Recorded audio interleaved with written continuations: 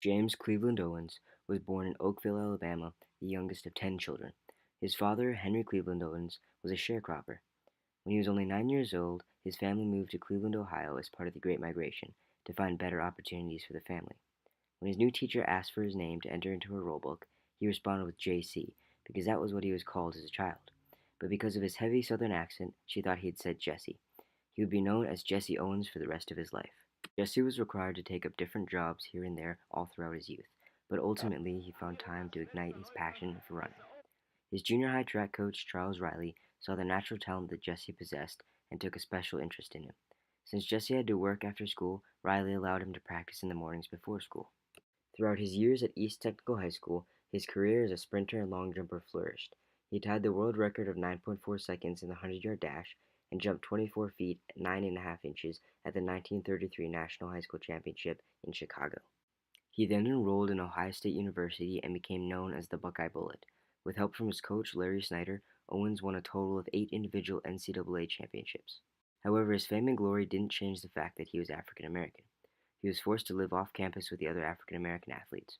When the track team traveled for competition, he was only allowed to order carry-out or eat at a blacks-only restaurant.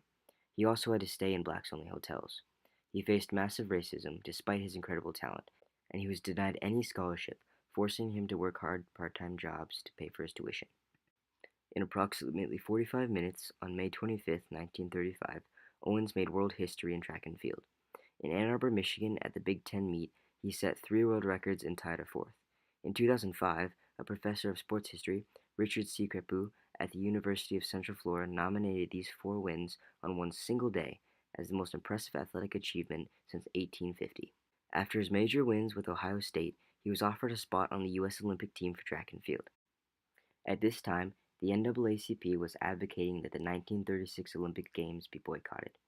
The NAACP wrote a letter to Owens that tried to dissuade him from participating in the Olympics on the grounds that an African American should not aid in promoting a racist regime after what he and his community had suffered in the hands of white racists in his own country. Nevertheless, Owens proceeded to take part in the Games. Jesse Owens learned that he would not only face racism at home, but also overseas.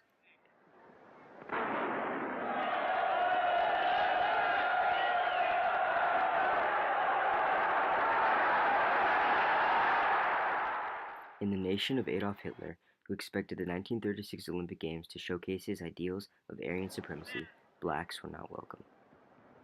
Hitler ridiculed the United States for allowing black athletes to compete on its Olympic roster. Little did Hitler know it would be the African American athletes that granted the United States their success at the Olympics. Despite Hitler furiously exiting the stadium after refusing to shake the hands of any of the champions other than his own, Owens' respectful, mild manner helped to break down a racial barrier between him and a German opponent, Lutz Long. Long and Owens didn't start off on the right foot, especially because of the influence of Hitler's racial prejudices. However, after Jesse failed 2 out of his 3 long jump attempts, Long gave Owens a suggestion on where to jump from, leading him to his 3rd gold medal. This showed how Owens and Long expressed the spirit of true sportsmanship over politics. Overall, the United States won 11 gold medals. 6 out of those 11 won by black athletes.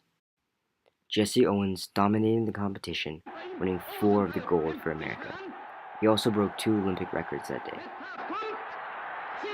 However, his return home was not so glorious.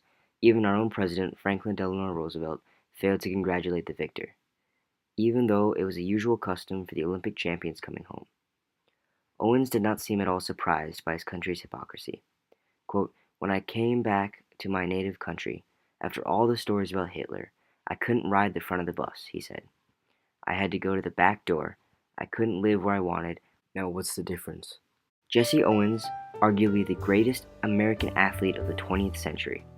He rose up as a sharecropper's son to become a 4-time Olympic gold medalist, winning multiple championships and breaking world records as young as high school. He broke the color barrier for African American athletes to participate in sports all throughout the United States, and was the foundation and inspiration for generations of African American athletes to rise up and prove their talent and worth, allowing them to take their rightful place in American history.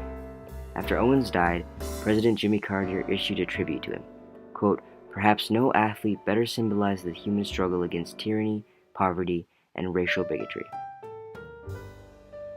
Jesse Owens was the epitome of athletic excellence in both America and the world, and yet he was a black man. Hitler preached about how he was searching for a perfect man, assuming that the ideal would be Aryan, and yet Jesse Owens exemplified that perfect man. He was the ideal, kind, just, moral, and an exemplary citizen and athlete. At a time when there was tremendous fascism in Europe and extreme racism in America, all eyes looked to the Olympics for the ideal man. Jesse Owens stepped forward and was that man.